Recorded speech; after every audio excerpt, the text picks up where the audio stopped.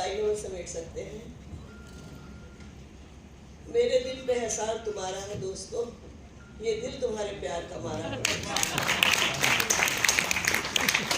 ये शहर जहाँ मुझे रहते हुए अब नहीं किया,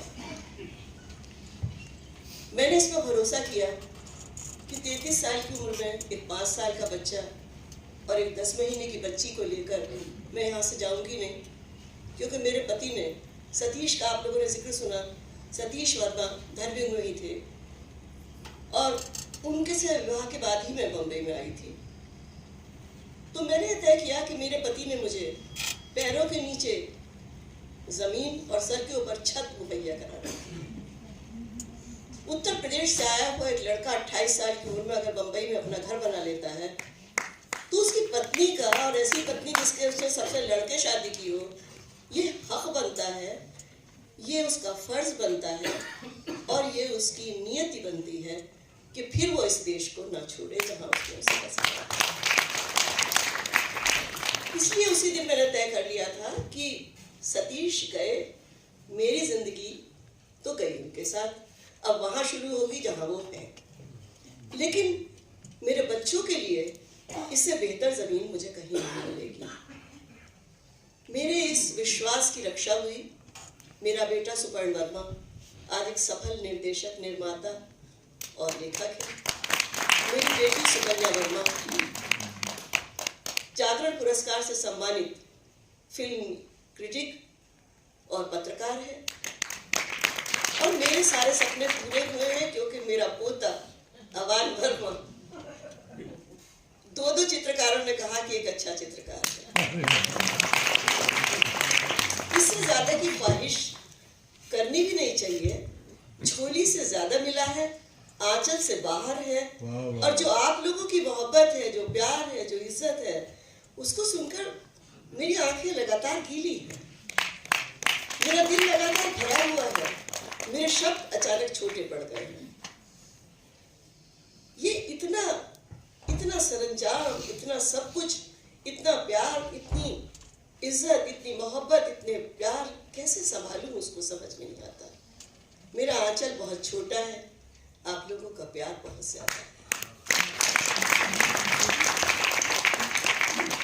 सिर्फ एक चीज जरूर बताना चाह रही हूँ, क्योंकि 2 सवाल लोगों ने मुझसे पूछे थे, वो बता देती हूँ। कई लोगों को आश्चर्य है कि बब्बल प्रोडक्शंस, जो कि एक फिल्म कंपनी है, वो एक किताब का लोकार्पण, वो भी इतनी धूमधाम से, जैसे कि लड़की की शादी होती है, कर रहा है। क्यों कर रहा है? उन लोगों को शायद पता नहीं होगा कि अरविंद बब्बल एक साहित्यकार परिवार से आते हैं। वो प्रगल्भ जी के बेटे हैं, अशोक चक्रधर उनके बड़े भाई हैं और काका हाथरसी की बेटी उनकी भाभी है।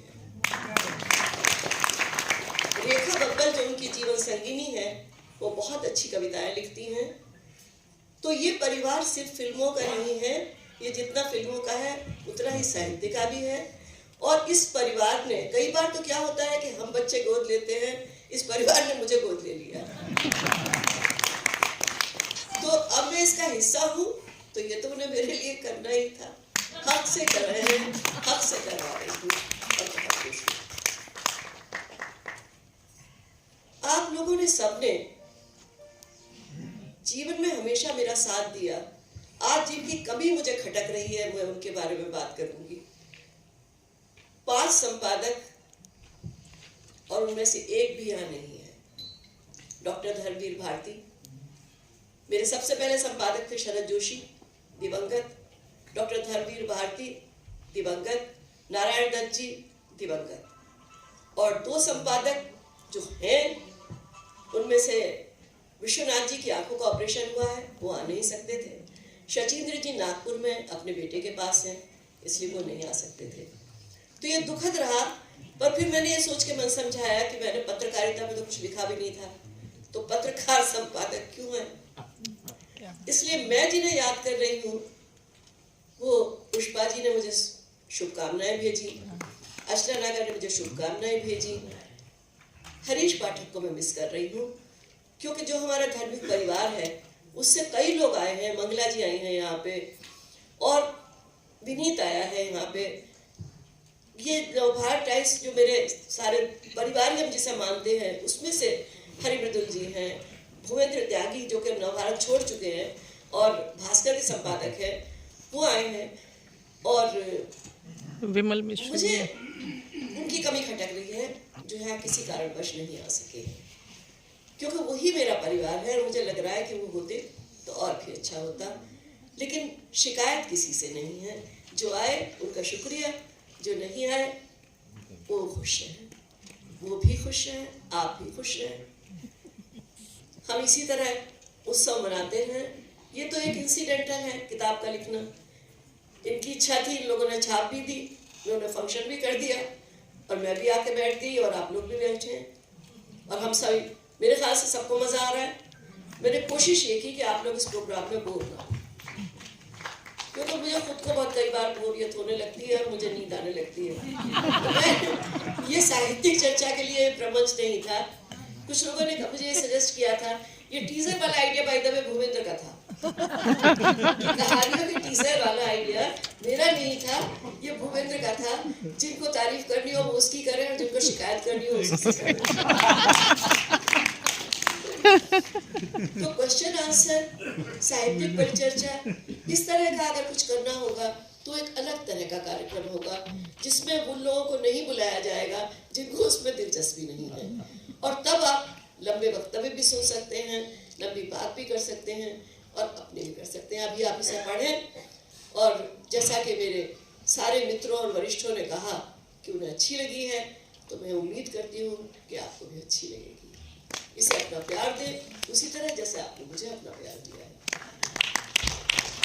बहुत बहुत बहुत धन्यवाद। और अब शायद बहुत अच्छा नाश्ता आपकी बाहर प्रतीक्षा कर रहा है, और अमर त्रिपाठी है तो समोसा तो हो गई। बहुत बहुत धन्यवाद। मैं चाहती थी कि अरविंद बब्बर भी कुछ बोले, अगर वो कहीं है यहाँ सभागार में उपस्थित, तो मैं चाहूंगी बैठे रहिए 5 मिनट और। अरविंद बब्बर जी कहाँ